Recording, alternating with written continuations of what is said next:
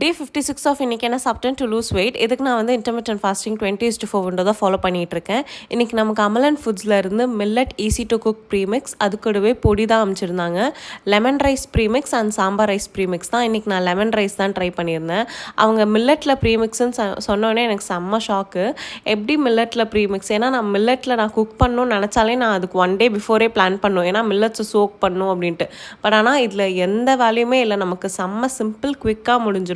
Just குக்கரில் வந்து எண்ணெய் சேர்த்து கொஞ்சோண்டு கடுகு சேர்த்து அவங்க கொடுத்த அந்த ப்ரீமிக்ஸும் தண்ணியும் ஆட் பண்ணிவிட்டு 2 விசில் விட்டு எடுத்தோன்னா ரெடி. செம்ம குவிக்காக எனக்கு இன்றைக்கி சமைச்ச மாதிரியே இல்லை அந்த லெமன் ரைஸு, அவ்வளோ ஈஸியாக முடிஞ்சிருச்சு.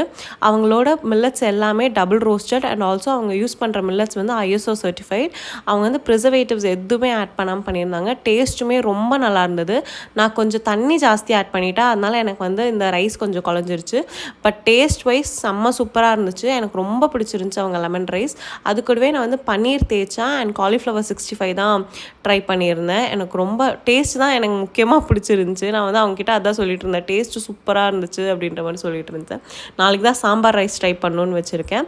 அண்ட் லஞ்சுக்கு வந்து நான் கொஞ்சம் சரி டிஃப்ரெண்ட்டாக லஞ்சுக்கு இட்லி பண்ணலான்ட்டு லஞ்சுக்கு தான் இட்லியும் அவங்களோட கொள்ளு பொடியும் தான் ட்ரை பண்ணியிருந்தேன். கொள்ளு பொடியுமே டேஸ்ட் சூப்பராக இருந்துச்சு.